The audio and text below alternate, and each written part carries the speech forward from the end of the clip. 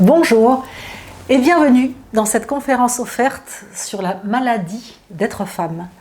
Alors bien sûr, au cours de cette conférence, vous comprendrez pourquoi je l'ai appelée la maladie d'être femme, et nous allons parler d'affaires de femmes, c'est-à-dire des cycles et des règles des femmes, des souffrances des femmes liées à leurs règles, et nous allons l'aborder du point de vue de la médecine traditionnelle chinoise et du taoïsme.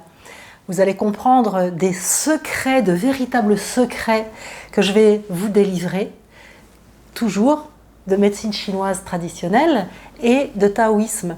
Il faut savoir que la médecine traditionnelle chinoise a ses fondements théoriques dans le taoïsme. Vous en saurez un petit peu plus. Avant de commencer, je vais vous poser quelques questions. Est-ce que vous savez lire dans le sang de vos règles? Est-ce que vous savez pourquoi le sang peut être rouge ou marron ou avec des caillots? Qu'est-ce que ça révèle quand on saigne beaucoup ou peu?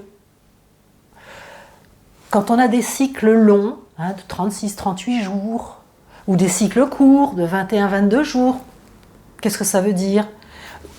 Quand on a des cycles irréguliers. Alors, tout ça, ce savoir-là, les sorcières d'antan le savaient, les femmes taoïstes le savaient. En médecine traditionnelle chinoise, on l'utilise énormément. Je me présente de manière très succincte. Je suis Isabelle Zovzak. Je suis conférencière en médecine traditionnelle chinoise, thérapeute en médecine traditionnelle chinoise. Je suis également coach et ambassadrice du Tao devant l'Éternel. Donc, moi, en tant que thérapeute en médecine traditionnelle chinoise, je pose des questions aux femmes, toujours en rapport avec leurs règles et avec leurs cycles, parce que c'est un vrai bilan de santé énergétique que les femmes ont chaque mois. Et je me rends compte que bien des femmes, aujourd'hui, ne savent plus du tout prendre en compte leurs cycles et leurs règles, et que ces savoirs-là se sont dilués dans le temps. Et je suis ici pour que vous puissiez vous reconnecter à votre féminité, cette féminité-là, reprendre conscience que connaître ce que je vais vous transmettre, c'est l'acte le plus féministe que vous puissiez faire aujourd'hui. Et vous vous rendrez compte que la magie fait partie du monde. La magie, c'est tout ce savoir qui existe, et quand on le connaît, on devient une vraie magicienne, on devient un devin, parce qu'on sait lire dans tout ça. Alors on peut lire dans plein de choses, évidemment. Avec moi, dans cette conférence, on va voir comment lire dans ces cycles, dans ces règles, se reconnecter à cet aspect de la féminité, très très important chez les taoïstes. Alors, à qui est destinée cette webconférence? Eh bien, à des femmes qui sont intuitives et curieuses, et qui, rien qu'avec ce que j'ai dit au début de cette conférence, comprennent que ce savoir-là est très très important, et qu'elles désirent se l'approprier pour justement mener leur vie avec leur énergie de femme. Mais cette conférence est également destinée à des thérapeutes qui encadrent des femmes et qui veulent pouvoir les encadrer au mieux avec les connaissances qui sont issues de la médecine traditionnelle chinoise. Et rien qu'en connaissant les interprétations, le langage du corps avec les règles et les cycles des femmes, eh bien les thérapeutes peuvent améliorer la façon de soigner les femmes. Mais en tant que femme, avoir accès à ces connaissances-là permet de rallonger sa vie, d'augmenter sa vitalité, son potentiel vital, puisque ça permet, vous allez le voir, de comprendre les énergies, ses propres énergies, de les réguler et de les optimaliser. Alors, justement, je vais vous livrer 3 secrets. Le premier secret, c'est que justement, la médecine traditionnelle chinoise recèle beaucoup de secrets. Je ne vais pas tous vous les donner, parce que sinon ce serait faire des études de médecine traditionnelle chinoise complètes, et ça dure quelques années, mais c'est pour vous donner les secrets qui sont relatifs au cycle et aux règles. Et donc, pour plus souffrir de vos règles, et soigner tous les troubles menstruels et se rééquilibrer corps et esprit. Se rééquilibrer corps et esprit, c'est parce que nous sommes des vrais vases communicants et que notre énergie émotionnelle, notre énergie spirituelle, notre âme, notre conscience, notre esprit, est liée à notre énergie corporelle. Et ça fait vase communicant. Notre énergie émotionnelle impacte notre énergie corporelle et notre énergie corporelle impacte notre énergie émotionnelle. C'est pour ça que lorsqu'on fait de la médecine traditionnelle chinoise, eh bien, on s'équilibre corps-esprit. Alors, le secret numéro 2. Regardez, vous apprendrez à décoder les signes de votre corps. C'est un bilan de santé et ça, ce sont vraiment les clés pour savoir exactement quels sont les remèdes et les solutions de médecine traditionnelle chinoise qui sont adaptés à vos énergies. C'est ce que je vous expliquais. Ce langage du corps, il a été perdu. Et quand on sait interpréter le langage du corps, eh bien à ce moment-là, on peut se soigner. Par exemple, si on a les seins gonflés, distendus avant les règles ou pendant les règles, c'est un signe extrêmement précis de déséquilibre énergétique. Intéressant, n'est-ce pas? Et le troisième secret, eh bien, vous apprendrez justement à nourrir votre vitalité et augmenter votre potentiel vital. C'est ce que je vous disais. Et vous pourrez cultiver votre nature profonde tout au long de votre vie, car vous comprendrez vos énergies et vous aurez les moyens d'agir. C'est pour ça que je suis ici, c'est pour rendre chaque femme autonome avec ses énergies et comprendre son corps et le langage de son corps. Si on ne comprend pas le langage de son corps, on subit son corps, on subit sa vie. Le corps est presque comme un ennemi qui nous trahit quand on a mal, quand on le subit. Avec ce que j'enseigne, ce que je transmets, on se comprend avec son corps, on restaure un dialogue intègre avec son corps. Le corps n'est plus un ennemi qui nous ennuie tous les mois. Tous les troubles menstruels sont signes de choses très caractéristiques, très pratiques, qu'on va pouvoir régulariser, réguler, donc ne plus souffrir de ces troubles menstruels, mais en ne souffrant plus, on se rééquilibre, et quand on se rééquilibre, on vit plus longtemps et on a une bien meilleure qualité de vie. C'est tout cela que je vous propose. Alors, si vous regardez la vidéo de cette conférence offerte jusqu'au bout, vous verrez qu'à la fin, je vous fais une offre exceptionnelle. Donc je vous propose de rester jusqu'à la fin, et c'est qu'à la fin que je vous dirai ce que je vous propose. Alors, quel est le programme de cette conférence? Alors déjà, on va voir pourquoi les règles sont un vrai tabou. C'est très important parce que si vous n'avez pas conscience de toute la mémoire collective, de tout ce qui peut amener les femmes d'aujourd'hui à subir des influences sociales, sociétales, culturelles qui viennent depuis les siècles, eh bien vous ne pourrez pas comprendre pourquoi aujourd'hui tant de femmes sont coupées justement de leur féminité, sont coupées de leurs règles, de leurs cycles, veulent même les oublier ou les vivent très mal. C'est avec ça qu'on va le savoir. Ce sera de manière succincte, mais c'est une véritable prise de conscience très très importante. Et je vous convie d'ores et déjà à partager avec d'autres femmes, avec vos filles, vos sœurs, toutes les femmes de votre famille, à partager cette vidéo pour pouvoir remettre cette conscience-là au cœur des préoccupations des femmes. Très important. Alors, on verra aussi comment aujourd'hui les règles sont perçues et vécues par la majorité des femmes. Nous sommes au XXIe siècle, nous sommes en Occident. Comment c'est vécu? Vous allez être extrêmement surprise. Et puis, quelles sont les solutions actuelles et leurs dangers aussi, qu'on propose aux femmes qui souffrent de leurs règles ou d'autres troubles. Il y a beaucoup de troubles qui sont associés aux règles des femmes. Et puis, on va voir aussi pourquoi les troubles menstruels perdurent malgré ces traitements. Il y a quelque chose qui cloche. Normalement, si une femme a mal au ventre tous les mois, le rôle de la médecine, ce serait de la soigner pour qu'elle n'ait plus mal tous les mois. Or, on ne lui propose que des choses pour qu'elle n'ait plus mal. Pourquoi? Eh bien, nous le verrons. Et puis, de quel trouble c'est révélateur, c'est ce que je vous explique.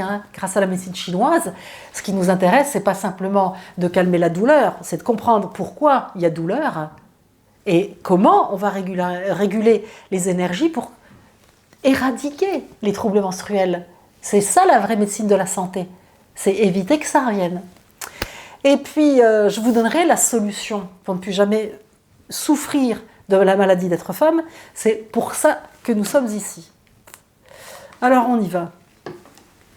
Alors oui, c'est très important de se soucier de ces règles et d'éradiquer tous les troubles qui sont liés, parce que on a en moyenne nos règles 5 jours par mois, à peu près de 14 à 49 ans, ce qui fait 35 ans de vie, c'est-à-dire 420 cycles, c'est-à-dire 2100 jours de règles, c'est-à-dire presque 6 ans de la vie d'une femme se passent avec des règles. Alors, c'est énorme. Donc, il est grand temps de vous dire, c'est vrai, moi je refuse chaque mois de vivre ça comme une maladie. Donc, continuons. Les règles sont un vrai tabou. Alors, pourquoi les règles sont un tabou? Alors en fait, il y a 3 grandes origines au fait que les règles soient tabous, encore aujourd'hui. Les 3 origines, c'est la religion, la médecine et la sorcellerie. Alors, comment se fait-il que ce soit un tel problème? Bien, c'est que les hommes et les religieux et les médecins en particulier, ça fait des siècles, voire des millénaires, qui se posent la question de savoir pourquoi le sexe des femmes saigne tous les mois. Comment les femmes arrivent-elles à fabriquer des bébés? C'est quand même des questions énormes, ça. Et il n'y a qu'environ au milieu du 19e siècle que le phénomène de l'ovulation a commencé à émerger en médecine. Donc, c'est là qu'on peut s'imaginer les siècles et les siècles de questionnement de ces hommes. Parce que, bien sûr, c'était les hommes qui étaient médecins ou religieux, pas les femmes. Alors, le fait de se poser ces questions-là, ça a donné des théories sans nombre. Dès le départ, même sans la connaissance scientifique, les médecins, les religieux, les hommes, même les femmes, ont bien vu que le sang génésique, le sang des règles, n'était pas le même sang que celui quand on se coupait. Par exemple, la chose la plus évidente, c'est que le sang des règles ne coagule pas.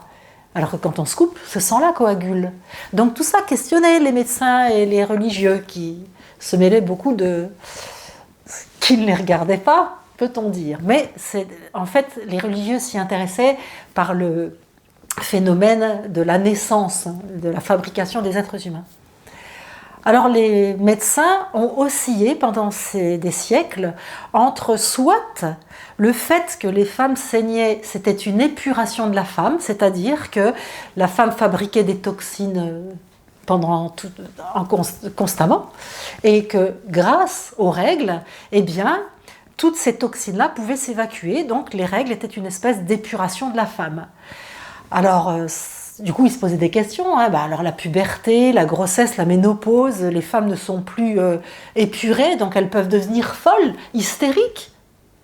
C'est pour ça qu'on considérait les femmes ménopausées comme dangereuses, parce qu'elles n'étaient plus épurées tous les mois. Et puis les jeunes femmes, les jeunes filles qui arrivent à la puberté, qui n'avaient pas encore leurs règles, et qui pouvaient avoir des crises d'hystérie, là aussi on les considérait comme dangereuses. Et il y a même eu une période où on posait des sangsues sur la vulve des jeunes femmes pour pouvoir leur extirper ce fameux sang. Et on pensait que ça pouvait même monter jusqu'au cerveau et rendre les femmes folles. Alors il y a eu des périodes comme ça, et puis il y a eu des périodes où on pensait justement que le fait que les femmes saignent tous les mois, et c'était un signe de bonne santé, que c'était probablement lié à la grossesse, puisque quand une femme était enceinte, il y avait l'arrêt de cette fameuse épuration du sang. Donc, on se disait que ça avait probablement un lien. Et Ça intéressait fortement les religieux, tout ça, notamment par rapport à la naissance de Jésus, puisque Jésus est fils de Dieu et Dieu, c'est la Trinité, Jésus, donc il est fils de Dieu et Dieu, il ne pouvait pas être né dans les cris, la douleur, le sang, et surtout il ne pouvait pas avoir été fabriqué dans un sang impur, puisque ce sang était impur. Et ça, c'était courant 12e ou 13e siècle. Il y a les médecins qui pensaient à cette époque-là que c'était le sperme de l'homme qui coagulait ce sang et qui donnait un enfant. Alors, les religieux disent non, non, non, Jésus ne peut pas avoir été fabriqué de cette façon-là. Donc, beaucoup de théories se sont succédées également, où on pensait que Jésus avait été fabriqué au ciel, puis mis par miracle dans l'utérus de Marie, que le sang de Marie avait été purifié par le Saint-Esprit avant que Jésus vienne dans son utérus, et c'est pour ça que la médecine et la religion se côtoyaient, parce que on ne savait pas, et qu'il fallait bien donner des explications pures pour la venue de Jésus. Alors, en même temps, les femmes étaient donc des soignantes, surtout dans les campagnes, des guérisseuses, des sages-femmes. Elles savaient transmettre de mère en fille, ou de sorcière à sorcière, de guérisseuse à guérisseuse. Elles savaient transmettre des recettes pour soigner. C'était elles qui mettaient les enfants au monde. Et dans les campagnes, quand il n'y avait pas assez de médecins, c'était les femmes qui soignaient. Et les médecins, autant que les curés, n'aimaient pas cette influence des femmes dans les villages. Elles leur prenaient de l'influence. Il faut savoir qu'au Moyen-Âge, les sorcières et les guérisseuses étaient très reconnues. Elles avaient une place importante dans la société. Et ça dérangeait les curés et les médecins. Et donc, dans cette mouvance, je vous le fais en raccourci, mais je pense bien que vous saisissez toute la mouvance qu'il y a eu au fil des siècles. Donc, ces femmes qui étaient des guérisseuses ou des sorcières pouvaient soigner, pouvaient sauver des vies, et en même temps, elles fabriquaient des enfants, elles avaient leurs règles. Donc, je vous le dis ça pour que vous puissiez comprendre tout le côté obscur, nébuleux, qui entourait la vie des femmes en général et la vie des guérisseuses, des sages-femmes et des sorcières en particulier. Et pour les hommes, particulièrement les médecins et les religieux, mais également dans le peuple lui-même, les hommes du peuple, ils pensaient que les femmes avaient le pouvoir de donner la vie, de soigner, d'enseigner, de transmettre, parce qu'en plus elles enseignaient, elles faisaient le rôle d'institutrice. Eh bien, si elles avaient des pouvoirs magiques, positifs, elles en avaient également des négatifs. Donc tout ce qui était phénomène inexpliqué, comme le phénomène des règles et de la grossesse qui était toujours inexpliqué, eh bien tous les phénomènes naturels inexpliqués, c'était aussi la faute des femmes, notamment des guérisseuses et des sorcières. Il suffisait qu'il y ait des orages, que des gelées en juin, une nuée de sauterelles qui s'abattait, de la famine, etc. Tous ces phénomènes-là, c'était pris comme étant des mauvais sorts jetés par les femmes. Alors, j'élargis aux femmes parce que, en plus des sorcières, des guérisseuses, etc., dès qu'une femme avait un comportement qui sortait de l'ordinaire, qui pouvait être ménopausée, qui était leader, qui avait beaucoup de charisme, eh bien ces femmes-là avaient toujours un côté négatif vu par les hommes. Et puis, la religion a instauré le fait que la femme était fragile, même de nature débile, je ne l'invente pas, je rigole parce que les femmes étaient dites fragiles et de nature débile, et que donc elles étaient plus facilement sous le joug de Satan, qu'elles se laissaient influencer par Satan et que le mal venait des femmes. Donc, c'est pour ça que je ne parle pas que des sorcières et des guérisseuses. Les femmes en elles-mêmes étaient des suppôts de Satan. Ça a duré vraiment très longtemps. Nous, en tant que femmes, nous avons à porter tous ces siècles de croyances. Et donc, ces croyances populaires qui étaient engendrées par des croyances religieuses et puis des croyances médicales, mais ces croyances populaires, elles aussi, à l'inverse, nourrissaient les croyances médicales et les croyances religieuses. Par exemple, quand on ne voulait pas qu'il y ait des chenilles qui mangent toute la récolte de choux, on faisait marcher des femmes qui avaient leurs règles, on les faisait marcher dans les champs en pensant que leur sang allait tuer les chenilles.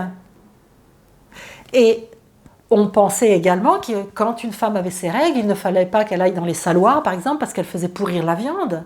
Et donc, toutes ces croyances-là, eh bien, les médecins qui étaient dans une méconnaissance scientifique totale se disaient que ce n'était pas pour rien qu'on croyait ça, qu'il y avait ces croyances-là. Et donc, ils validaient ce type de croyances.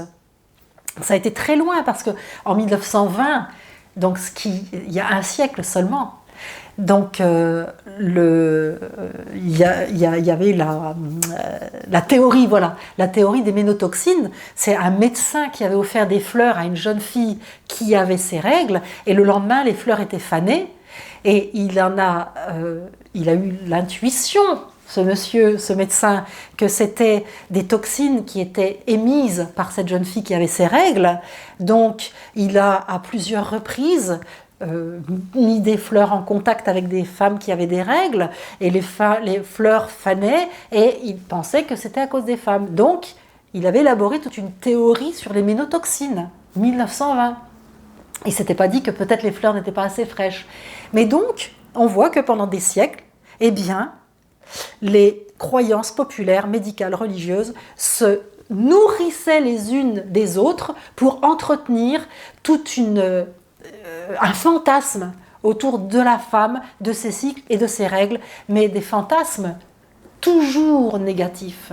Et quelles que soient les époques, quelles que soient les religions, parce que là, je vous parle de la religion catholique, mais dans les religions musulmanes, dans la religion juive, dans toutes les grandes religions monothéistes, les règles ont toujours été vues comme étant impures, et les femmes ayant leurs règles comme étant impures, avec interdiction d'aller aux offices religieux quand elles avaient leurs règles, et avec des règles d'hygiène extrêmement strictes, et l'interdiction d'avoir des relations sexuelles pendant les règles, elle est universelle.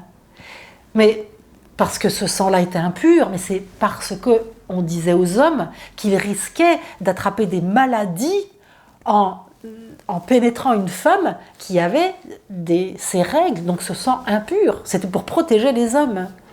Et ça allait beaucoup plus loin, mais je n'ai pas le temps là de vous raconter tout, mais c'est un sujet qui est passionnant pour comprendre notre condition féminine d'aujourd'hui. C'est très important. Et avant de continuer, je vais quand même juste vous parler du Malleus Maleficarum. Alors ça date de la Renaissance. C'est vraiment la période où il y a eu des sorcières qui ont été brûlées par dizaines, voire par centaines de milliers, parce qu'on ne connaît pas le décompte exact. Mais en 1400, alors je vous le montre en grand, parce que c'est très intéressant, c'est un livre de l'époque, on voit que c'est un traité des dominicains allemands, qui était docteur en théologie, et c'est paru en 1486.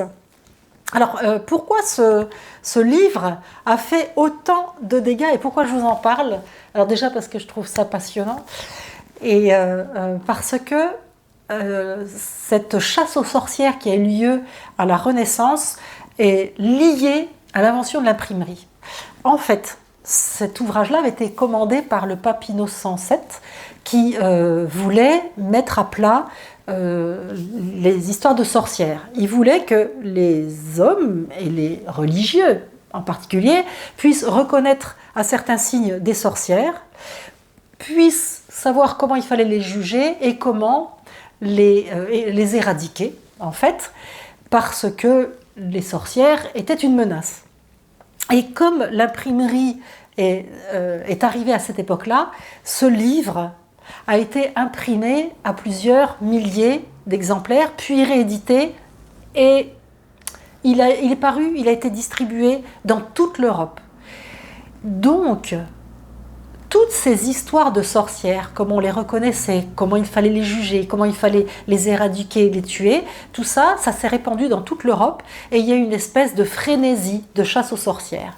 Et toutes les femmes qui sortaient du lot ont été accusées de sorcellerie et brûlées, ou alors emprisonnées. Lorsqu'elles étaient emprisonnées, elles étaient bien sûr violées, elles étaient torturées, elles étaient pendues, brûlées, etc. Mais il y a eu des villages dans lesquels les hommes ne laissaient qu'une seule femme en vie pour pouvoir assurer de nouveau des naissances. Mais cette période-là a été d'une violence, d'une cruauté incroyable. Et c'est vraiment un fémicide qui s'est passé à cette époque-là à cause de ce livre-là. Et bien sûr, toutes les femmes qui avaient une influence, les guérisseuses, celles qu'on appelait les sorcières, ont été brûlées en premier, mais les femmes aussi qui se refusaient à un homme étaient accusées de sorcellerie, ou celles qui avaient été abusées par un homme qui avait peur qu'elle les dénonce étaient accusées de sorcellerie. Quand un homme était jaloux d'un autre, il accusait sa femme de sorcellerie. Et ce livre-là a fait des dégâts incroyables. On disait par exemple que pour voir si une femme était une sorcière, il fallait la jeter dans l'eau. Si elle flottait, c'était une sorcière et il fallait la brûler. Et si elle coulait, elle n'était pas sorcière. Mais par contre, elle était morte puisqu'elle avait coulé. Donc, cet ouvrage-là a amplifié un phénomène qui s'est porté justement sur toutes ces croyances ancestrales qui étaient véhiculées depuis des siècles et qui sont arrivées à un moment où, grâce ou par la faute de l'imprimerie, de telles croyances, de telles choses négatives se sont répandues comme une traînée de poudre. Et si j'en parle, c'est justement parce que cette histoire-là, elle est portée par toutes les femmes, toutes. Vous portez cette histoire-là, elle fait partie de vous. Et ce n'est pas parce qu'aujourd'hui nous sommes au XXIe siècle que tout ça ne fait pas partie de nous, intégrante. Et ne fait pas partie non plus de l'histoire des hommes, puisqu'ils ont profité de ça. Ça fait aussi partie du fait que les femmes sont soumises, parce que c'est récent, ça c'était 16e, 17e siècle, c'est récent. Donc dès qu'une femme la ramenait, dès que sa tête sortait du lot, elle était accusée. Ça a appris aux femmes à se taire, à être soumises pour ne pas subir. Et les suites de ça sont encore ancrées en nous. Alors, je passe le sujet. Si vous voulez en savoir plus, il y a un très bon livre de Mona Chollet, Sorcière, le livre de Mona Chollet, qui raconte ça extrêmement bien. Alors oui, les règles, si c'est une maladie, ça je voulais vous en parler parce que en 1926, le docteur Pinard avait dit que la femme saine ne devrait jamais être réglée. Et après, je continuerai. Mais c'est intéressant. Ce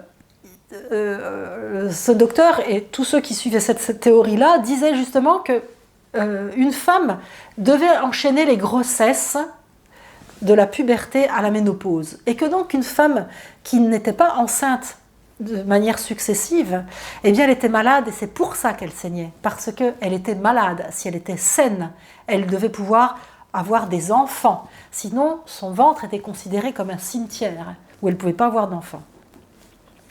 Ça va ? Ça vous plaît tout ça ? Alors, on en arrive à aujourd'hui.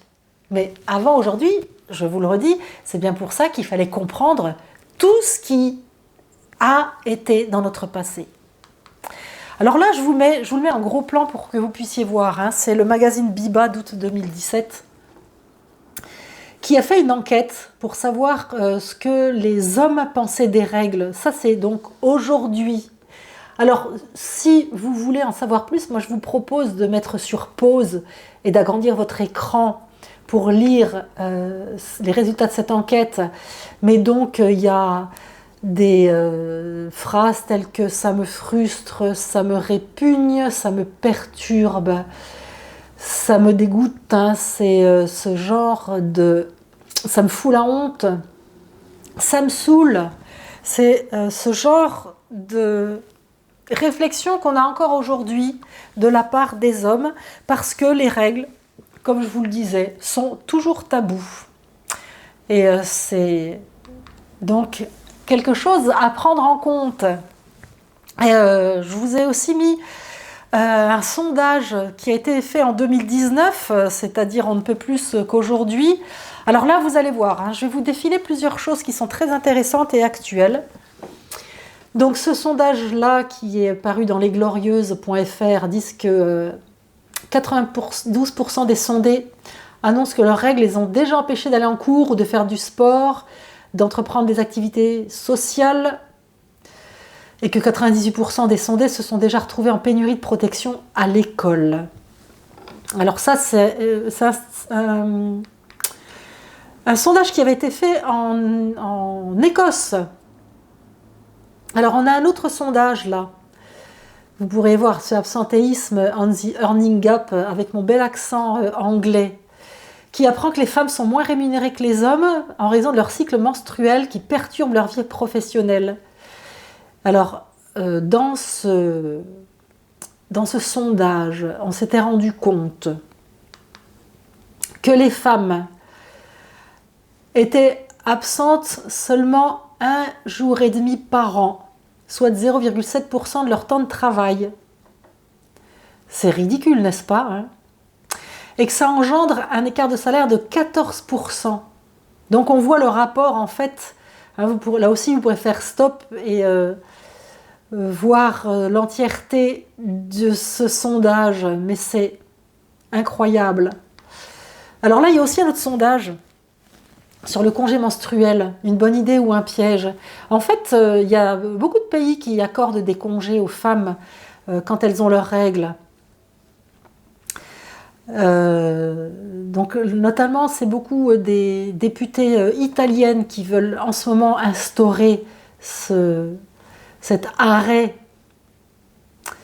menstruel.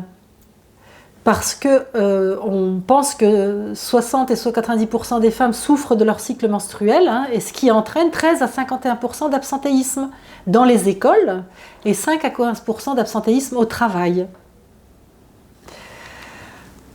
Mais il y a des grosses dissensions par rapport à une éventuelle application de la loi à ce propos, parce qu'on pense que le recrutement des femmes pourrait diminuer. Puisque bien sûr, les patrons pourraient se dire « Ouais, mais attends, maintenant, les femmes, elles ont le droit à plus d'arrêt de travail que les hommes, et donc elles vont être là, elles vont être en arrêt en permanence. » Et que 12 jours supplémentaires par an, c'est beaucoup trop. Donc c'est-à-dire, en gros, 1 jour par menstruation, souvent le premier jour, pour pouvoir, évidemment, passer ce jour de douleur. Alors moi, pourquoi je vous ai mis ce sondage-là aussi, c'est parce que on reparle de cet écho-amplificateur aux interdits traditionnels. Lisez, éventuellement faites stop pour bien lire ça, et puis vous verrez, donc vous avez le lien tout en haut, hein, parce que je vous ai fait des captures d'écran, justement pour que vous puissiez reprendre ces témoignages, ces sondages que je vous mets, pour que vous puissiez les reprendre et aller les lire entièrement. C'est très instructif, c'est une prise de conscience énorme, énorme. Mais il y a toujours beaucoup de pays où il y a des exclusions du travail, de l'école, encore aujourd'hui, notamment en Inde, où les femmes sont exclues des lieux de culte quand elles ont leurs règles. Et actuellement, selon l'UNICEF, les règles sont pour les jeunes filles l'un des premiers facteurs de déscolarisation avec le mariage forcé.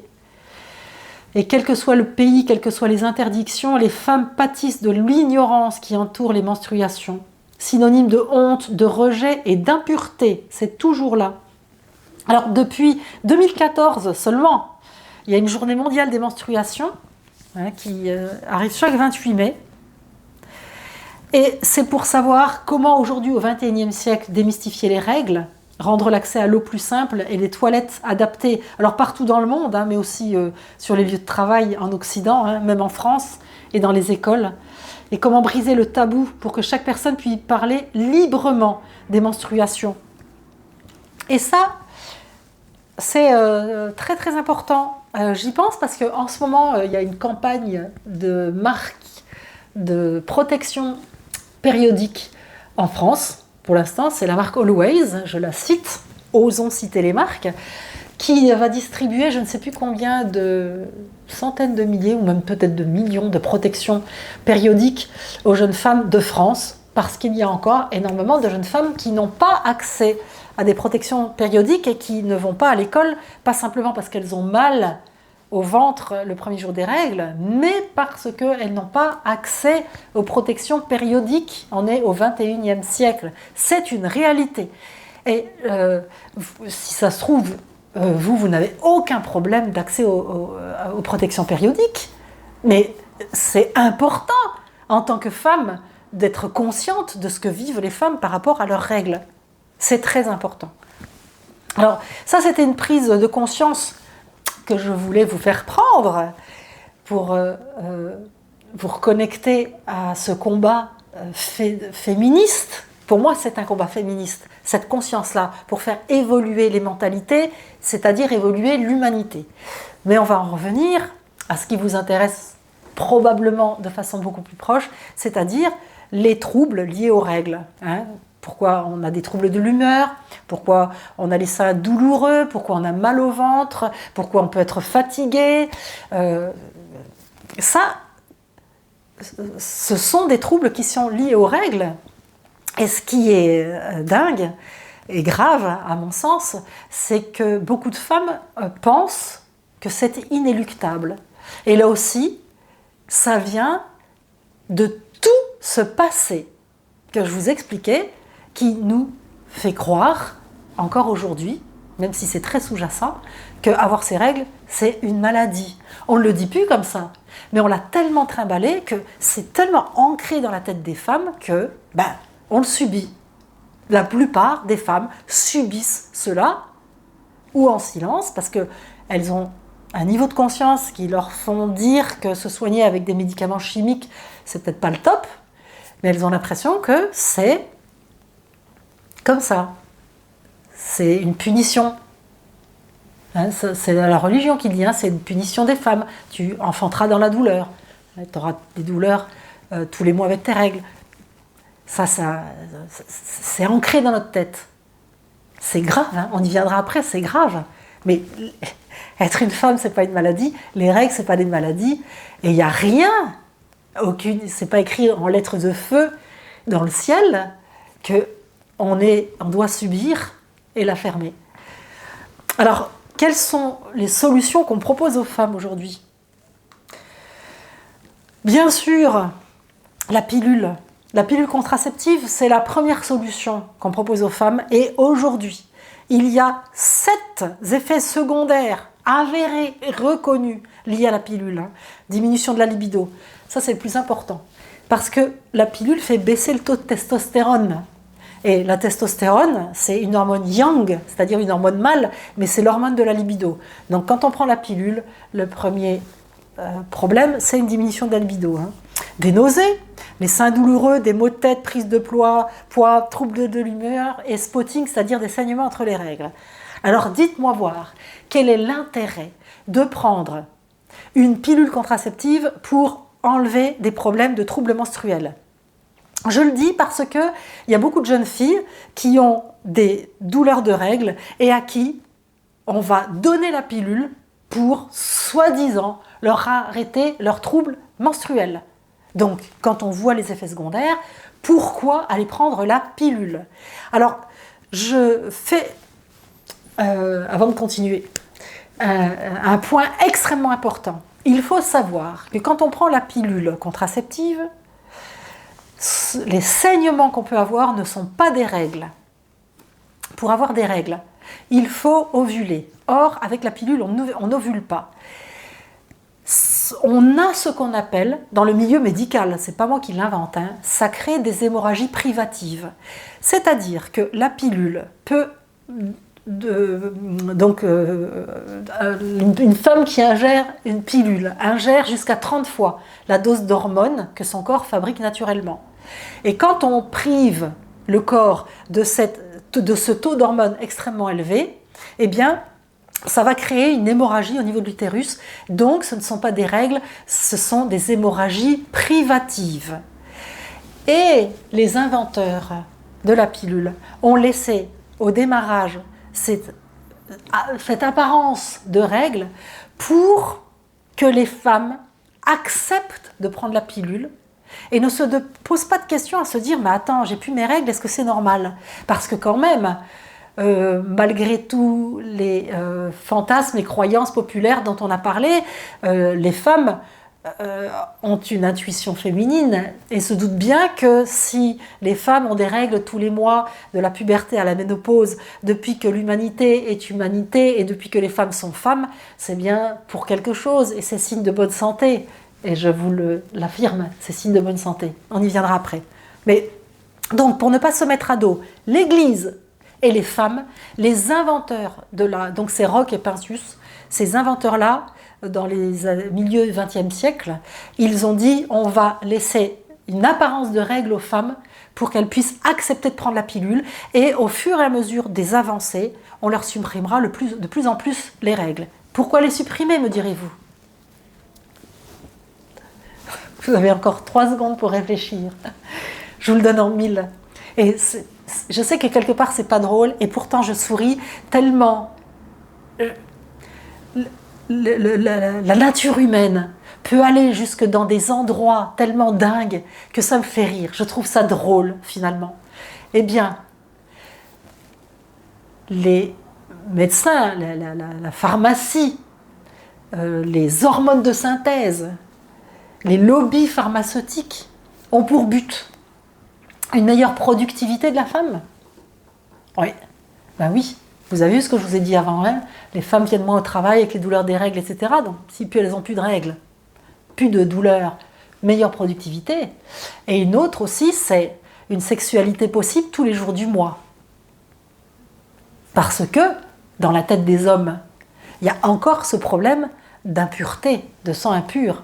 Il y a beaucoup d'hommes qui n'ont pas du tout envie de faire l'amour à leurs femmes quand elles ont leurs règles. Et il y a des femmes qui ont bien plus envie quand elles les ont. Parce que quand on a les règles, il y a plus de sang et plus d'énergie dans le petit bassin, donc il y a plus d'envie. Nos envies, c'est une histoire de sang et d'énergie. Donc, les règles sont faites pour être amenées à disparaître. Donc c'est nier la féminité à un point, vouloir formater le cerveau des femmes pour qu'elles puissent croire que la chimie va leur changer la vie alors que ça détruit leur santé et que ça leur amène ces effets secondaires-là. C'est terrible, c'est dingue. Alors là aussi, je vous ai mis plusieurs choses que je vais vous mettre en grand écran pour que vous puissiez bien les voir. Hein. Déjà que la prise de pilule et le risque de cancer du sein, hein, il y a des études contradictoires, mais vous pourrez le lire que justement, depuis 2005, on est revenu à faire un lien entre le cancer du sein et la prise de pilules contraceptives. Et le CIRC, donc le Centre international de recherche sur le cancer, disent bien qu'après un examen complet de la littérature scientifique, eh bien, ces traitements sont, donc la pilule contraceptive, sont classés dans le groupe cancérogène de catégorie 1. Ce qui représente le plus d'indications d'un risque de cancer chez l'homme. Et les contraceptifs oraux, on dit que c'est délicat puisque ça augmente les risques de cancer du sein, du col de l'utérus et du foie chez les femmes qui y recourent. Mais en ce moment, on dit que ça évite aussi le cancer de l'endomètre. Ceci étant, ça crée aussi des cancers du foie et des voies biliaires. Alors, je vous ai mis différentes aussi études qu'on trouve chez Cochrane. Alors Cochrane, ils font des méta-études, c'est-à-dire qu'ils étudient plein d'études, et puis ils en font des résumés, des études d'études, hein, des méta-études. Donc là, on parle du risque de crise cardiaque et d'accident vasculaire cérébral chez les femmes qui utilisent les pilules contraceptives. Je vous laisserai lire, vous faites ce stop. Ah oui, alors je parle de la pilule, mais bien sûr, il y a aussi le stérilet hormonal, hein, c'est à base d'hormones de synthèse. C'est un vrai problème sur la santé des femmes. Et il y a des effets connus, hein, qui figurent dans la notice du dispositif. Douleur abdominale ou dorsale, acné ou autres problèmes de peau. Quand on sait combien de médecins donnent la pilule aux jeunes femmes pour leur arrêter les problèmes d'acné. Et puis, ou alors le stérilet à des femmes qui ont déjà eu des enfants. Il y a d'autres choses à dire là, mais bon, ça durerait beaucoup trop longtemps cette conférence si je vous disais tout ce qu'il y a à dire. Hein, mais bon, tension des seins, maux de tête, migraine, perte vaginale, dépression, nervosité, baisse de la libido, nausée, prise de poids, œdème. C'est dans le Vidal, ça.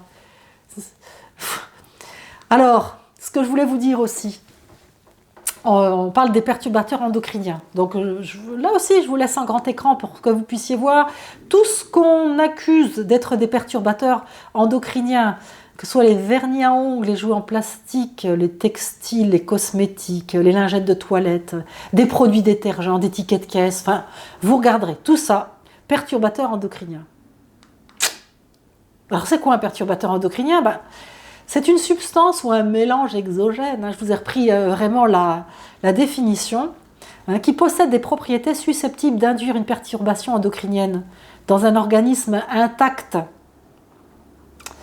Alors peut-on croire que la pilule ou les autres moyens de contraception sont des perturbateurs endocriniens? Ben oui, mais évidemment, mais on n'ose pas en parler, même les écolos.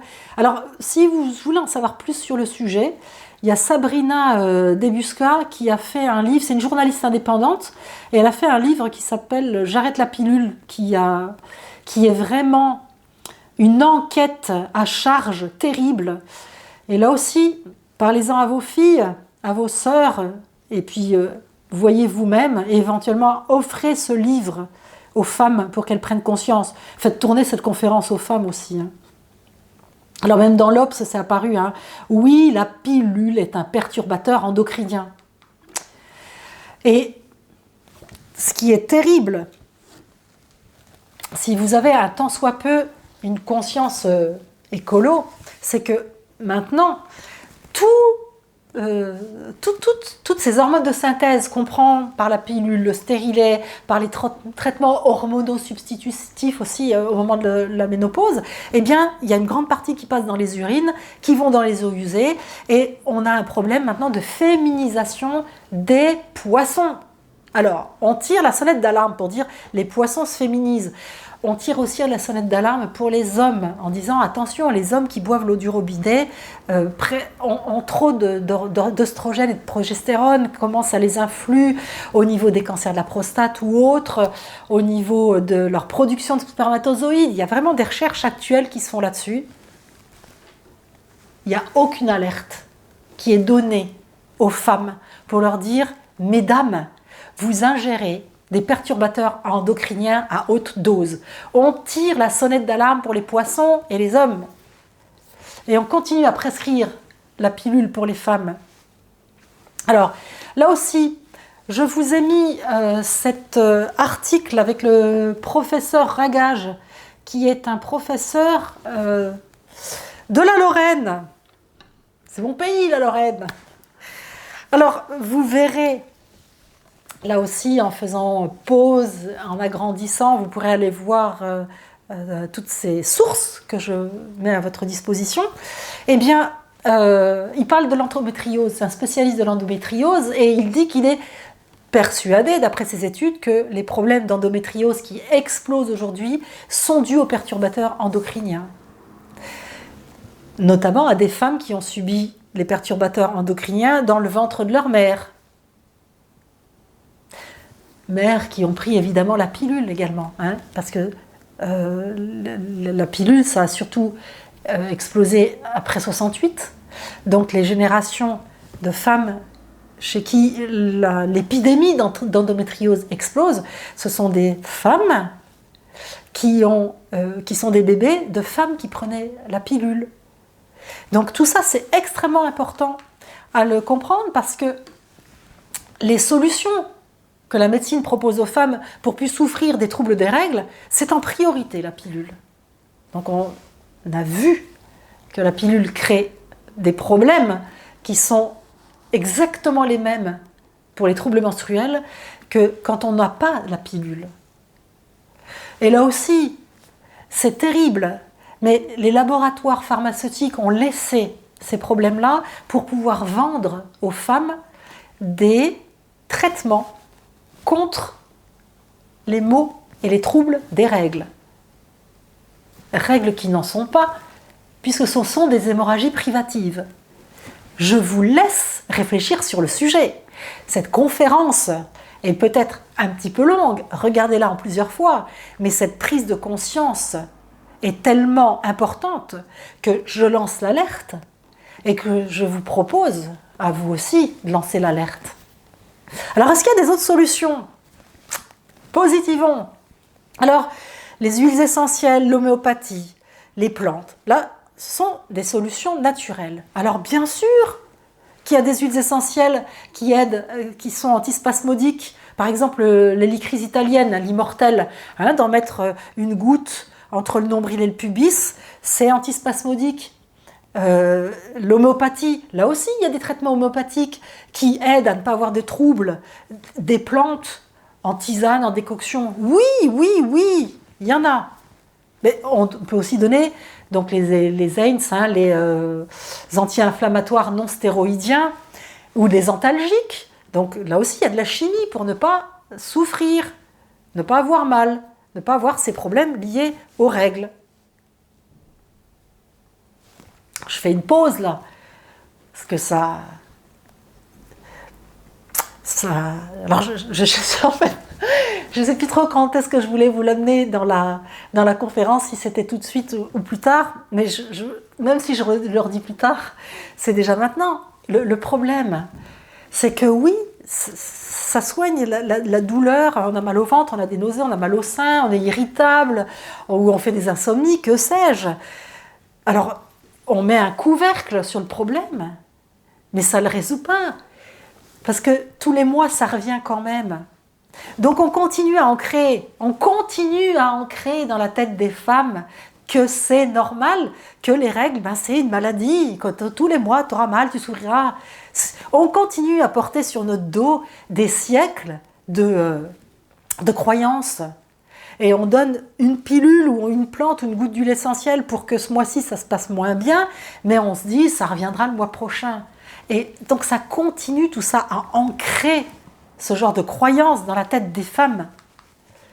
Voilà, pourquoi ça recommence chaque mois? Mais ça recommence chaque mois parce qu'on n'a pas rééquilibré les femmes. On va le voir ensemble puisque je suis là pour ça.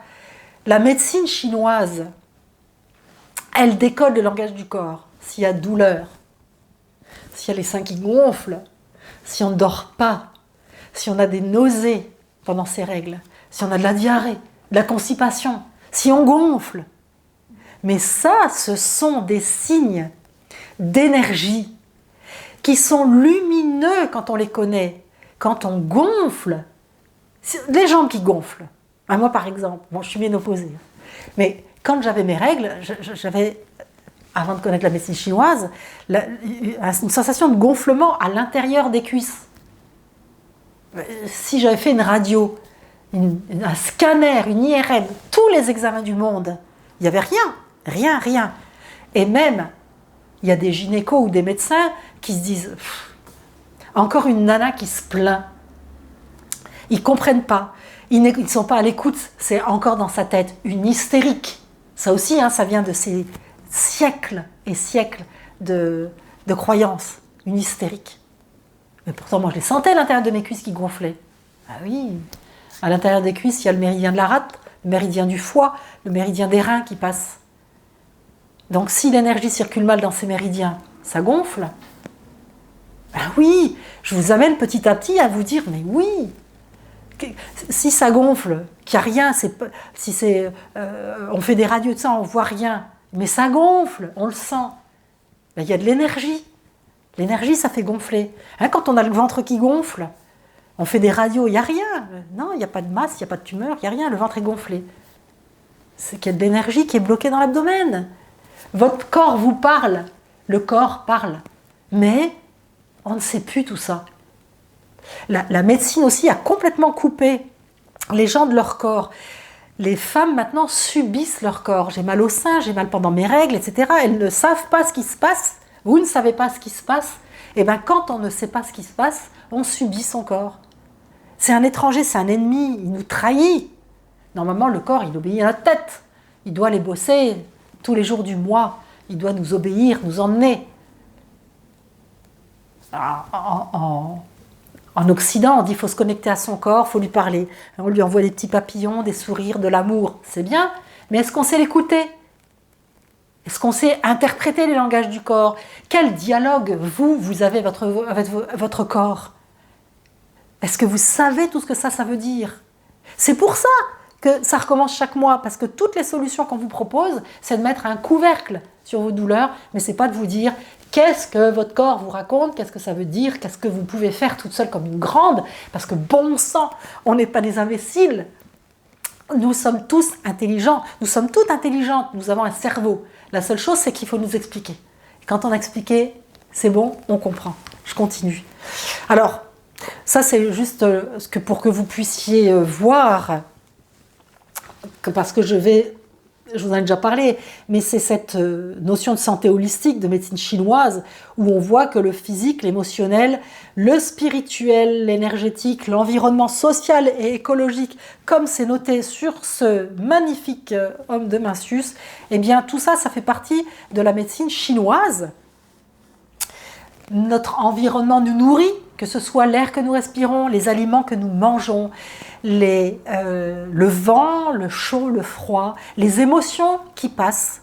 Notre corps, c'est en vase communicant, c'est exactement comme je vous disais, tout est lié. Et quand on a des douleurs dans notre corps, c'est notre corps qui nous parle. Qu'est-ce que ça veut dire et qu'est-ce qu'on peut faire pour que notre corps aille mieux et que nos émotions aillent mieux.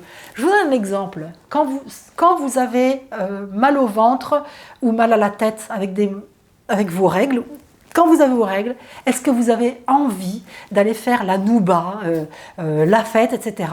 Ou est-ce que justement ces troubles, ces nausées, ces douleurs vous empêchent d'être de bon poil, d'être joyeux, de bonne humeur, etc. C'est un exemple très simple pour vous montrer que vos émotions et votre corps sont liés. On a beaucoup tendance en Occident de dire que c'est les émotions qui nous rendent malades. Alors les émotions s'impactent dans notre corps et vont faire des blocages d'énergie, vont ramener des tas de problèmes sur le long terme. Mais à l'inverse, notre corps influence sur nos émotions. Si on mange mal, qu'on ne dort pas assez, eh bien, nos émotions vont être aussi impactées. Donc c'est ce que je veux simplement vous montrer, c'est que le corps et les émotions sont liés, ça va dans les deux sens. Et qu'en médecine chinoise, on soigne, ce sont toujours des soins corps-esprit. Ce que je transmets, c'est justement pour aller mieux au niveau corps-esprit.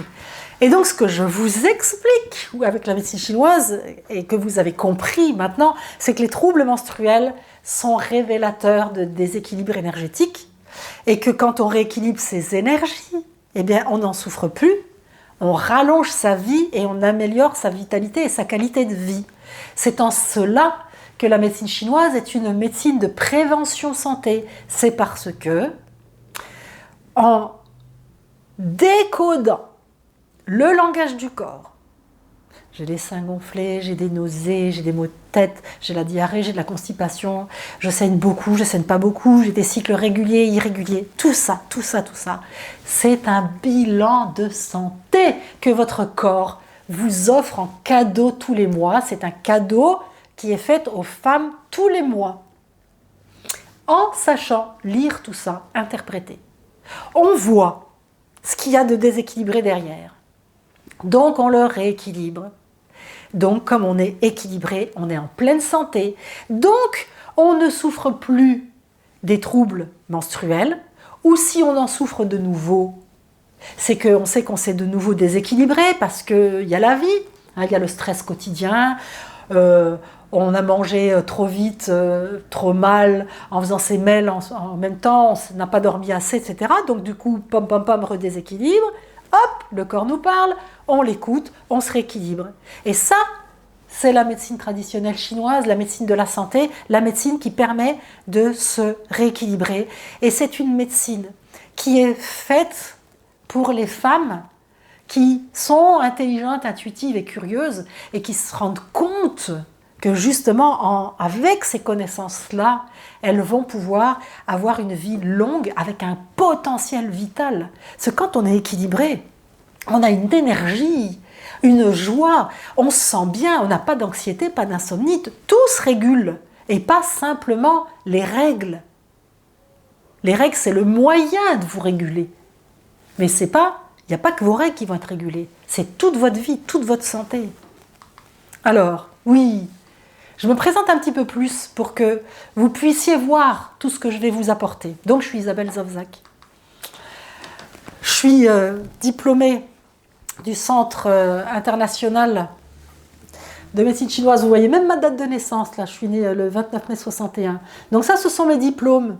Et je suis diplômée parce que je les ai passés au Centre international de Shanghai. Voilà, j'ai fait la théorie de la médecine chinoise à Paris et puis la pratique à Shanghai et à Pékin. J'ai fait différents stages. Là, on voit sur des photos en Chine, justement. La photo à gauche de votre écran, je suis derrière Suzanne Roubidou, à côté du professeur Feng Shilun et du professeur Siono, qui sont... Le professeur Siono, c'est le professeur que je suis depuis des années. C'est un homme que j'aime de tout mon cœur et de toute mon âme. Il le sait, tellement il m'a apporté et appris. Et puis sur la photo de droite, je suis avec le professeur Sonada et puis d'autres collègues à Shanghai. Là, ce sont aussi des photos qui sont faites lors de mes différents stages. En Chine, alors ce que je fais aussi, donc je suis conférencière, j'ai une chaîne sur laquelle j'explique beaucoup de choses sur la médecine chinoise. C'est la chaîne du Centre Tao sur YouTube. Je vous invite d'ailleurs à la suivre parce que vous apprendrez énormément de choses sur vos énergies. Et puis oui, je l'avais mis en haut parce qu'il y a un site canadien qui partage mes vidéos. Je les remercie, ça fait plaisir. Si vous voulez en savoir plus, vous mettez sur pause. Donc des webinaires et des conférences que je fais, notamment sur la libido. Parce que la libido, c'est comment entretenir sa vitalité. La libido, c'est l'énergie de vie. Donc on va beaucoup plus loin qu'entretenir sa libido. Alors, qu'est-ce que je vous propose comme solution? Eh bien, c'est une formation qui s'appelle Affaires de femmes, secret taoïste et de médecine chinoise. C'est 6 étapes qui vous permettront de décoder vos cycles, soigner vos troubles menstruels, vous rééquilibrer corps et âme. Ça, c'est vraiment la solution la plus complète qui existe à ce jour. Je n'ai pas peur de le dire. La solution la plus complète, c'est pour ça qu'elle est indiquée pour les femmes qui sont intelligentes, curieuses, intuitives et qui veulent comprendre qui elles sont, la connaissance de soi pour mieux vivre. Et puis, c'est tellement complet que c'est aussi fait pour les thérapeutes. C'est complet et extrêmement pédagogique, je vous l'assure. Si vous voulez voir d'ailleurs comment j'explique la médecine chinoise, vous pouvez aussi aller voir des vidéos que j'ai faites sur la chaîne du Centre Tao. Mais il y a cette formation-là que je vous propose va beaucoup plus loin. Alors, pour que vous puissiez voir bien cette formation, je vais aller carrément sur le site et vous faire une démonstration. Comme ça, vous allez pouvoir bien voir ce que je vous propose. C'est important. Alors déjà, à la fin de cette vidéo, vous pourrez aller voir sur cette page qui vous présente vraiment très en détail tout ce que cette formation va vous apporter. Comment lire dans le sang des règles, révélateur de la santé, les messages, tout ce que ça veut dire, avoir les réponses à donner à son corps, retrouver des cycles sains, un corps en pleine santé, une vie harmonieuse. Donc, cette page-là, vous y aurez accès à la fin de la vidéo, de manière à ce que vous puissiez voir parfaitement tout ce que ça va vous apporter. Donc je passe relativement dessus puisque vous pourrez aller voir et vous verrez que donc sur cette page-là, il y a vraiment chaque étape. La formation que je vous propose, elle est faite en 6 étapes et pour voir le détail de chaque étape, il vous suffira d'aller sur le plus, vous cliquez et par exemple dans la première étape, vous allez révéler la femme énergéticienne en vous. Hein, vous comprendrez toute la magie des énergies qui régulent les cycles féminins. Hein. 1 heure après que vous ayez commencé la formation, vous aurez déjà des solutions immédiates pour équilibrer des énergies impliquées dans vos cycles, parce que dans la première étape, vous allez comprendre toutes les énergies qui sont des énergies féminines et qui sont donc impliquées, voilà le mot que je cherchais, qui sont impliquées dans les cycles. Donc la deuxième étape, c'est la femme guérisseuse. Donc vous allez avoir des clés, 12 clés qui permettent d'avoir des cycles sains, et vous connaîtrez les 10 grands points des femmes, les grands points d'acupuncture de médecine traditionnelle chinoise pour régulariser vos cycles. Et oui, je vous donne en plus des astuces amusantes de médecine chinoise. La troisième étape, c'est l'étape de la femme sorcière, parce que vous allez avoir des recettes. Vous allez apprendre à lire dans votre sang, comme les sorcières et les femmes taoïstes, et vous aurez des clés pour régulariser le sang des règles et la compréhension de ce sang des règles, et donc quelles sont les plus grandes plantes de pharmacologie taoïste pour la santé et la longévité des femmes, et bien sûr des recettes de potions magiques. Ça c'est sûr. La quatrième étape, c'est celle de la magicienne, pour harmoniser la femme et ne plus avoir de douleurs liées aux menstruations. Et il n'y aura plus de secret, vous saurez pourquoi il y a des douleurs, quelles sont les causes, vous saurez les soigner, les éradiquer. Et les 3 points majeurs pour apaiser la souffrance féminine. Et vous aurez aussi la diétothérapie des règles. Alors la diétothérapie des règles, c'est en fait quels sont les aliments qui soignent. Parce que en médecine chinoise, les médecins chinois ont classé les aliments non seulement pour leurs apports nutritionnels, mais également par rapport à leurs vertus thérapeutiques. Donc je vous donnerai les aliments qui soignent aussi. Et vous aurez accès à un véritable soin de magicienne. C'est extrêmement complet. La femme chamane, c'est la 5e étape. Donc vous aurez acquis les grands réflexes thérapeutiques des médecins chinois.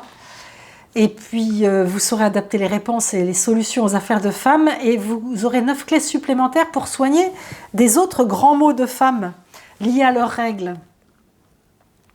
Et enfin, dans la 6e étape, vous deviendrez vraiment une femme taoïste parce que vous aurez accès à une pratique énergétique taoïste. Vous verrez aussi que dans cette formation, non seulement on travaille sur son corps et sur ses émotions, mais aussi on monte énormément en spiritualité. Alors, c'est ce que je vous dis, hein, comme les femmes taoïstes, vous serez reliées à la nature et à votre nature de femme. Vous aurez renoué le contact et le dialogue avec votre corps et vos cycles. Alors, dès qu'on s'inscrit, on peut tout télécharger. C'est important parce que chacune va travailler à son propre rythme. Il y a des personnes qui aiment bien le faire de temps en temps, d'autres qui veulent tout savoir d'un seul coup. C'est pour ça que vous pourrez le faire à votre propre rythme. Alors ça, c'est mis en rouge-orangé. En allant dans la connaissance de votre corps et de vos énergies, en apprenant à vous soigner, en régularisant vos cycles et vos règles, vous serez pleinement connecté au sens profond de ce qu'est la féminité, ce qui est vraiment la féminité sacrée. Et en plus, vous allez développer votre vitalité, votre pleine santé et la conscience de votre place dans ce monde. Pour moi, ça c'est très important. C'est ça que je vous dis aussi quand on s'élève en spiritualité, parce qu'on peut trouver sa place où il est possible de s'accomplir, exprimer sa féminité, sa nature profonde et devenir, comme le disait Jung, un morceau du monde. Tellement il y a des révélations qui sont faites au fil de cette formation, très très complète. Alors vous allez voir aussi que je vous offre 4 bonus. Alors, un bonus très très important parce que quand on fait partie de cette communauté des femmes qui ont une fille du soleil dans le cœur, il y a des webinaires communautaires pour répondre à vos questions, vous guider dans votre compréhension, votre réussite, et puis aussi vous éclairer sur une particularité ou une autre. Il y a des questions, vous ne serez pas seul au monde parce que il y aura ces webinaires. Alors en plus des webinaires, je le montre tout de suite, c'est le 4e, mais c'est l'adhésion au groupe secret. Donc c'est un groupe secret, c'est-à-dire qu'il n'y a que les femmes qui font une formation telle que celle-ci avec moi, qui ont accès à ce groupe secret, qui peuvent poser des questions. Je vais vous montrer des témoignages après, vous verrez comment ça se passe. Mais c'est pour avoir une écoute et pour poser vos questions et avoir des questions rapides et avisées. Je m'occupe très très bien de ma communauté et donc vous aurez un lien privilégié avec moi. Alors il y a aussi un e-book sur l'alimentation énergétique taoïste parce que c'est vraiment une façon très importante pour rééquilibrer les énergies du foie, du cœur, des reins, de la rate et des poumons, etc. grâce aux aliments. Et puis, alors ce bonus-là, il est génial, c'est pour ça que je l'appelle le super bonus, c'est que c'est un e-book de remèdes de femmes qui va vous permettre d'avoir d'un côté des recettes ancestrales de sorcières qui soignaient les souffrances de femmes. Donc c'est des recettes que j'ai trouvées dans des très vieux livres. Et ça, c'est vraiment des recettes de sorcières de chez nous. Mais en plus, vous aurez des remèdes de médecine traditionnelle chinoise et de diétothérapie chinoise pour régulariser en plus différents maux des femmes. Donc ça, c'est la page sur laquelle je vais vous envoyer. Juste après, vous pourrez la voir.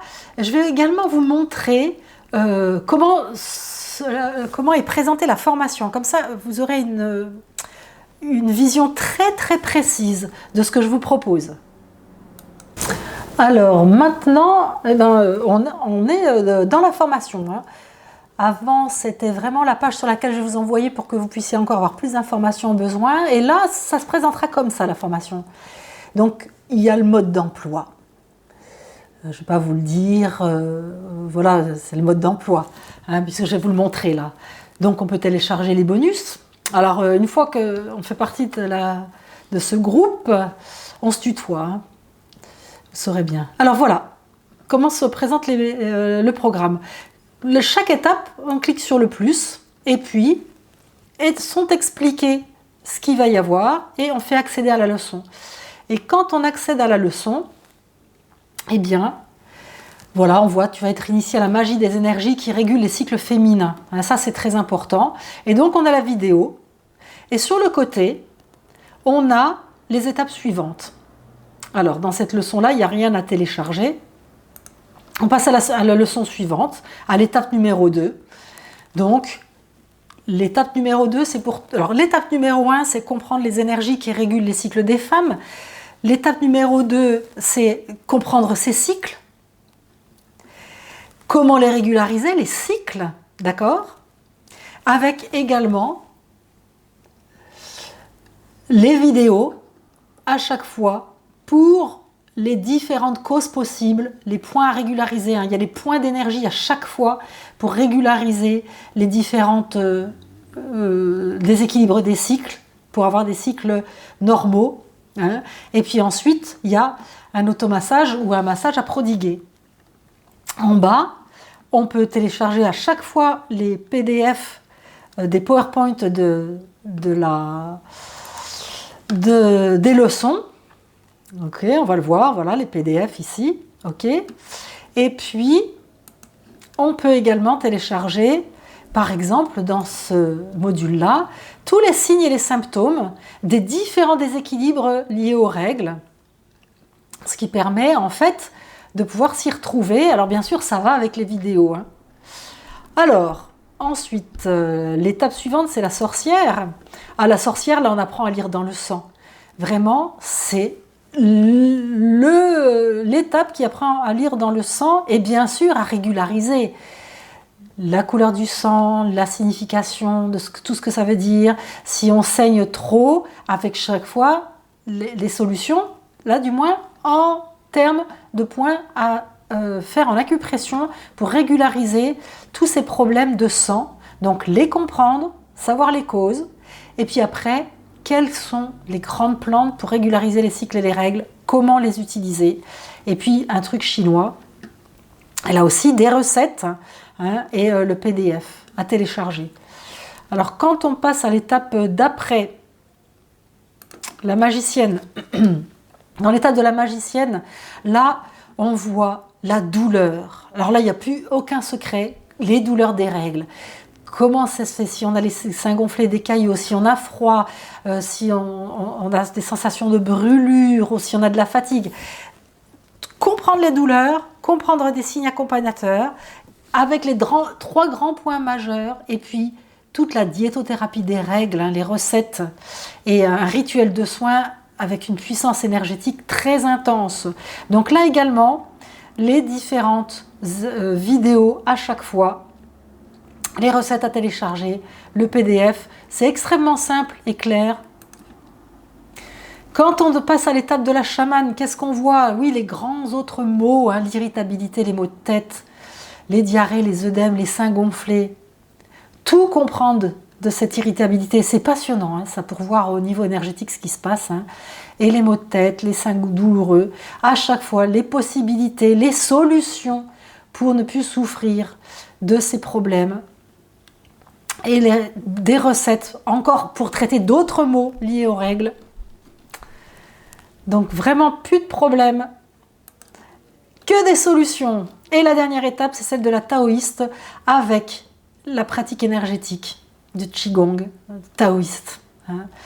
Des enchaînements du Qigong de la femme en plusieurs parties pour pouvoir progresser progressivement.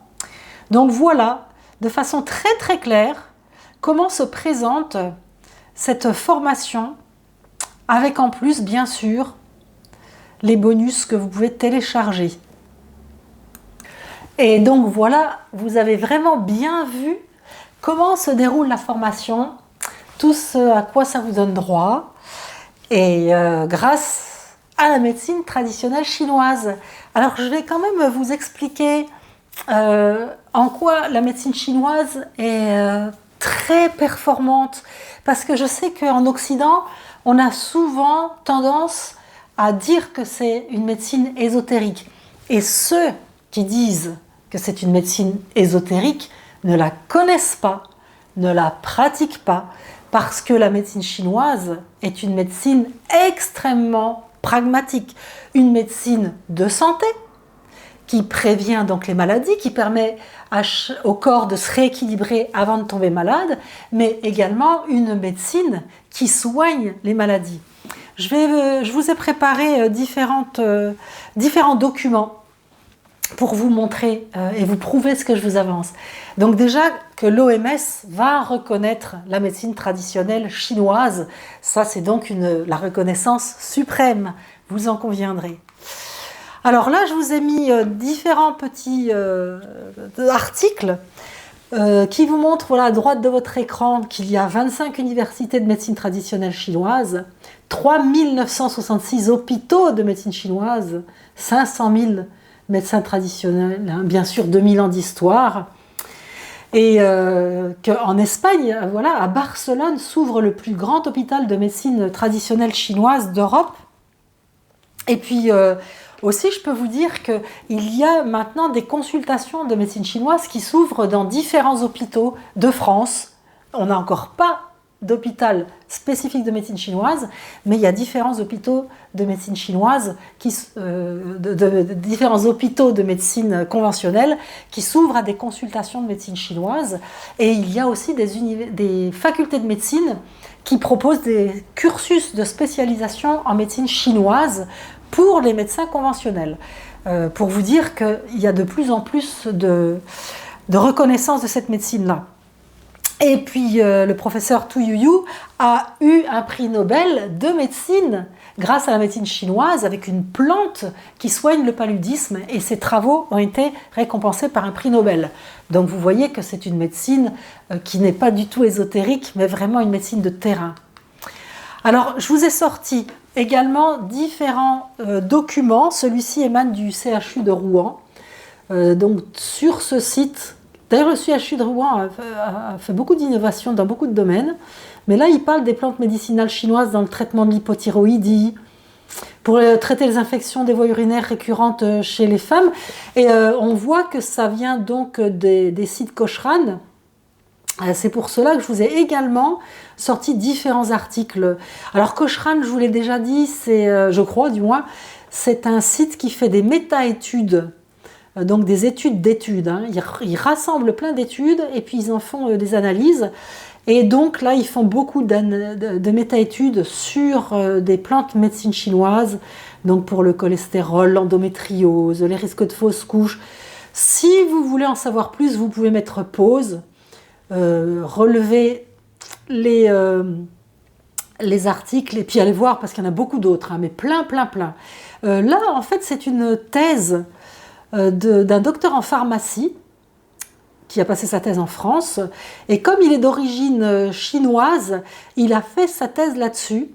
Ce qui est important dans sa thèse, c'est de redire qu'il y a beaucoup d'études fondamentales sur les plantes, et notamment les plantes chinoises, la pharmacopée chinoise, mais il y a peu d'études cliniques parce que ça coûte très cher, qu'il n'y a que les grands laboratoires de pharmaceutiques qui peuvent les financer, mais que ceux-ci n'ont pas d'intérêt pour les plantes chinoises parce que c'est pas brevetable, hein, tout ce qui est plantes. Ils sont plus intéressés par tout ce qui est chimique et rentable. Mais il y a énormément d'études fondamentales, comme cette thèse-là, où, entre autres, il reprend beaucoup de plantes chinoises. Il met les formules chimiques, les constituants, les actions physiologiques. Alors là aussi, si ça vous intéresse, vous pouvez mettre pause, vous pouvez aller retrouver la thèse de ce docteur en pharmacie pour pouvoir avoir accès à plus d'informations si vous en avez besoin de plus que ce que je vous prouve. J'en mets très peu, sinon la conférence durerait vraiment trop longtemps, mais libre à vous d'aller chercher plus loin. Alors en dehors de ce que je voulais vous montrer pour la médecine chinoise et ses intérêts pour la santé, je voulais aussi vous donner des témoignages de personnes qui ont suivi cette formation. Donc là aussi, je vous les mets en grand écran. Et vous pouvez voir notamment, c'est Karen qui nous explique différentes choses et qui dit qu'il y a déjà des changements dans ses règles, qu'elle n'a pas pris de poids mais qu'elle en a même perdu. Et qu'en dehors des règles, avec les massages quotidiens que je conseille, elle a plus d'énergie que d'habitude, qu'elle est moins frileuse. Donc on voit qu'il y a donc une amélioration au niveau de ses règles, mais même au niveau du reste. Hein. Alors, là c'est Émilie qui me pose des questions et donc auxquelles je réponds, hein, je ne vous mets pas tout, mais c'est pour vous montrer comment le groupe Facebook aide à soit à partager ses expériences, soit à poser des questions. Là c'était Céline qui m'avait d'ailleurs fait un message perso et je lui ai demandé de le mettre sur le groupe Facebook pour enrichir toutes les personnes. Elle avait des douleurs articulaires, donc je lui ai posé quelques petites questions. Ce qui fait que ça l'a aidé aussi à mieux comprendre ses propres énergies et à aller plus loin dans la formation pour harmoniser tout ça. Hein, ça permet de faire son propre diagnostic en fait. Et puis je lui ai donné des réponses. Vous pouvez mettre stop pour lire tout ça. Hein. Et là c'est Sabine qui posait aussi différentes questions par rapport au stylo électronique et puis aux conseils que je peux donner. Et puis encore une question de Karen qui demande comment il faut masser. C'est vraiment une façon d'être accompagné pendant cette formation. Hein. Et Michel qui donc fait son propre diagnostic, elle a compris qu'elle a un vide d'énergie et de l'énergie qui se bloque. Et puis bon, j'ai pas tout mis parce qu'il y a des choses qui sont quand même réservées au groupe secret, mais elle explique beaucoup de choses. Et puis bien sûr, après, je lui explique différentes choses par rapport à ce qu'elle dit. Tout comme Émilie qui pose une question sur les moxas, d'autres témoignages encore. Elle se demandait si les saignements qui étaient moins abondants, c'était dû à ces points-là, parce que c'était très impressionnant. Et ça me fait penser qu'on me demande, mais je vais mieux, vous êtes sûr que c'est grâce aux plantes, ou grâce à l'acupuncture, ou grâce au point que je masse? Ben oui, hein, ça marche. Et puis là, comment mieux se comprendre, hein, est-ce que faire la différence entre un feu du foie, une surpression du foie, c'est-à-dire un blocage d'énergie du foie, ou l'énergie du foie qui s'enflamme? Donc, elle me posait des questions pour savoir comment mieux se diagnostiquer. Et puis, bien sûr, je lui réponds. Là encore, Angélique avait une crise d'hémorroïdes, donc je lui ai donné des précisions. pour qu'elle puisse soigner ça en plus, parce que, et bien sûr, moi, dans la formation, vous avez vu, je traite plein de choses, mais après, chaque personne est différente, chacune peut avoir des signes accompagnateurs, et si la personne ne sait pas comment les régler, ben là, à ce moment-là, elle me demande. Je suis là pour aider aussi pour les cas particuliers en plus. Et Jeanne avait regardé le replay d'un webinaire communautaire, là. Elle n'avait pas pu le regarder en direct, et elle explique que c'est enrichissant, plein d'énergie, généreux, porteur d'espoir. Merci Jeanne. Mais c'est vrai que ces webinaires, cet accompagnement, cette formation, c'est vraiment pour que chaque personne, chaque femme puisse mieux se connaître, mieux se comprendre, mieux prendre soin d'elle, mieux se soigner, vivre plus longtemps en meilleure santé, puisse aider aussi ses filles, ses sœurs, sa mère, ses tantes, mais d'autres femmes, transmettre l'information pour que ça rayonne et que chaque femme aille mieux. Moi, je suis un messager. J'apprends, je transmets. On peut toutes être des messagers, prendre et transmettre. C'est fondamental. C'est aussi quelque chose que vous apprendrez au fur et à mesure dans cette formation. C'est que chaque personne, si elle se connaît mieux, si elle peut agir sur elle-même, si elle n'est plus étrangère avec son corps, chaque personne vit mieux. Quand on vit mieux, quand les énergies sont équilibrées, eh bien, on est mieux dans sa peau. On rayonne plus de joie de vivre, plus d'optimisme. On fait que dans sa propre vie, on est mieux. Dans sa famille, on est mieux. Et on transmet. Et si chaque être humain est mieux dans sa peau, c'est ainsi qu'on va élever l'humanité, parce que l'élévation de l'humanité passe par l'élévation des individus. Et la voie du Tao, ce type de formation, de découverte, de cheminement qu'on fait, c'est vraiment une façon de faire s'élever soi-même et l'humanité. J'en suis persuadée, et c'est pour ça que je fais cette chaîne, ces formations, et que je fais ces transmissions, et que j'invite les femmes qui ont une fille du soleil dans le cœur à transmettre également. C'est une formation qui permet de recréer un dialogue intègre avec son corps. C'est comprendre que notre corps nous parle, que une douleur, des seins qui gonflent, faire des œdèmes ou des diarrhées avec les règles, tout ça, ce sont des signes de déséquilibre, et que on peut être un devin, c'est ça un devin. Un devin, il connaît les signes avant-coureurs et il peut prédire ce qui va s'arriver. Et les thérapeutes en médecine chinoise, c'est ça qu'ils font. Et c'est vous, ce que vous serez à même de faire quand vous aurez fait cette formation. Avec cet encadrement, et ce que je vous propose. Alors, quel est son prix maintenant? C'est une formation que j'ai mise au tarif de 347 €. C'est un prix qui est très abordable, de manière à ce qu'il puisse être accessible par toutes les femmes et par les thérapeutes, mais également par toutes les femmes. Alors, je vais vous expliquer, vous faire des comparaisons pour que vous puissiez voir à quel point c'est une formation extrêmement abordable. Faire des études de médecine chinoise, la base, c'est 5 ans. Et il faut compter 2 000 € par an. Donc la base, c'est déjà 10 000 €. Et quand on a fait la base, on n'a pas fait de spécialisation en gynécologie, donc ce que je vous transmets là, on ne le connaît pas. Il faut faire des spécialisations. Moi, vous avez vu, j'ai un diplôme d'université, d'un centre international, voilà, de l'université de Shanghai. Je suis allée faire la pratique clinique à Shanghai et à Pékin. J'ai fait différents stages, donc ça aussi, ça a un coût.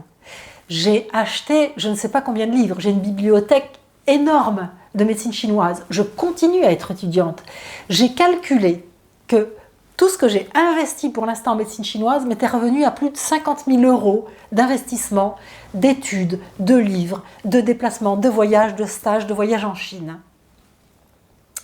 Et là, plutôt que de faire tout ce cursus-là, je vous offre une formation dans laquelle vous pourrez avoir tout ce qui peut vous être utile dans votre vie de femme sans passer par des études de médecine chinoise complètes qui ne vous intéressent pas, mais dans des études de médecine chinoise extrêmement ciblées et très pédagogiques qui vous permettront de vous autodiagnostiquer, puis ensuite d'appliquer les solutions pour vous rééquilibrer et éradiquer des troubles tels que vous les connaissez quand vous avez vos règles. Et soit ça vous sert en tant que femme et en tant que mère et guérisseuse de la famille, parce que c'est le rôle des femmes, ça a toujours été le rôle des femmes de soigner et de guérir sa famille. Donc c'est une façon de retrouver ce rôle-là, soit en tant que thérapeute, si vous n'êtes pas thérapeute en médecine chinoise, mais que vous voulez apporter une aide supplémentaire avec ce type de connaissances et de solutions, dans ces deux cas, cette formation vous permettra une économie d'argent et de temps phénoménale. Elle est très pratique, très pragmatique, très facile à mettre en place et en plus, vous êtes accompagné par moi-même. Donc, ce prix de 347 € est vraiment un prix très abordable. Mais en plus, je vous avais promis en début de vidéo un cadeau que je vous ferai à la fin de cette vidéo. Eh bien, l'heure est venue, donc je vous le montre. C'est grâce au code, donc maladie de femme, affaire de femme, hein, mal, F, AF, FFF, hein, 20. Avec ce code, je vous offre une remise de 20% sur cette formation. Et pour les 20 premières femmes ou thérapeutes qui s'inscrivent dans cette formation, j'offre en plus une consultation avec moi. Alors, je ne peux le faire que pour 20 personnes parce que j'ai un cabinet, je soigne des gens, je fais aussi des consultations par Skype. Je suis des personnes dans tout le monde francophone, à Québec, à l'île Maurice, en Thaïlande, même si ce n'est pas francophone, il y a des expats français, en Belgique, en Guadeloupe. Vraiment, dans tout le monde francophone, je suis en Afrique du Sud aussi, au Bénin, en Algérie. Je suis des personnes grâce à Skype ou WhatsApp ou FaceTime, etc. Donc, pour vous aussi, si vous inscrivez dans les 20 premières personnes, vous aurez, où vous habitiez, cette consultation avec moi et je vous expliquerai encore plus de choses précises sur vous. Donc, comme j'ai un cabinet, comme j'ai des consultations, comme j'alimente ma chaîne, comme je m'occupe de ma communauté et que je fais des formations, bien sûr, je n'ai pas un temps énorme de libre. C'est pour ça que je n'offre cette consultation qu'aux 20 premières. Et pour toutes, il y a 20% de réduction avec ce code-là. Notez bien ce code-là. Pour y en bénéficier, c'est facile. Il vous suffit de cliquer juste en dessous de la vidéo sur le grand bouton bleu. Si jamais vous voulez avoir le lien d'accès direct, c'est facile. Il faut aller sur le site centre-tao.com dans les formations. Et là, il y a la formation Affaires de femmes. Et vous y trouverez les informations les mêmes que si vous cliquez en dessous. Je vous remets le code. Donc ça, c'est mon site, hein. Je vous remets le code pour que vous puissiez bien le noter et bénéficier de cette offre et de ce cadeau exceptionnel que je vous fais. Je vous rappelle que vous rejoindrez le groupe secret de cette communauté des femmes qui ont une fille du soleil dans le cœur, que je suis là pour vous accompagner, qu'on peut me contacter pour des questions qu'on a. Le plus simple, c'est de me faire un mail à isabelle@centre-tao.com parce que comme ça, je réponds quand j'ai le temps, je réponds toujours et éventuellement, on peut même se téléphoner ou se faire un WhatsApp ou un Skype quand il y a des questions d'importance. Je suis très disponible. Mais la plupart du temps, avec les webinaires communautaires et le groupe secret Facebook et la formation, on a tout l'accompagnement qu'il faut pour aller au bout et vraiment se nourrir de cet apprentissage, de cet enseignement. Et le Tao, c'est un enseignement. Et avec cette formation, vous allez aller sur la voie du Tao. La voie du Tao, c'est la connaissance de soi et de ses énergies. Et cette connaissance, cette intériorisation que l'on fait, c'est ce qui amène à découvrir et à aller sur le chemin de son âme. C'est exactement ça. Quand on est taoïste et qu'on comprend que toutes nos énergies sont en vase communicant, sont liées, qu'on est lié au macrocosme de l'univers, que nous-mêmes on est un microcosme dans le macrocosme et que nous sommes tous en correspondance, c'est le « connais-toi toi-même et tu connaîtras l'univers et les dieux » de Socrate. Eh bien le taoïsme c'est la même chose, c'est comprendre qui on est, ses énergies, son corps, son langage, avoir un dialogue intègre avec son corps, être en harmonie avec lui, avec ses énergies, et avoir des solutions, c'est la plus grande liberté qu'on puisse avoir. Cette liberté de se connaître, de se comprendre, de se soigner, d'optimiser sa vitalité, ses énergies, son potentiel vital, de rallonger sa vie pour pouvoir en faire quelque chose jusqu'au bout, eh bien, c'est la plus grande liberté que vous pouvez vous offrir. Alors si vous êtes prête à vous offrir ce chemin sur la voie du Tao, ces connaissances, ces enseignements, d'un côté très pragmatique sur votre corps, vos organes, d'un côté énergétique et d'un côté beaucoup plus puissant et spirituel, à ce moment-là, vous êtes au bon endroit. Et je vous invite à profiter très rapidement de ce code-là pour faire partie des 20 personnes que j'aurai en consultation privée, en plus de tout ce que je peux vous apporter. Si vous êtes prête, c'est maintenant. Je serais vraiment ravie de vous accueillir dans ce groupe des femmes qui ont une fille du soleil dans le cœur. Je vous y attends. Je vous embrasse. À bientôt.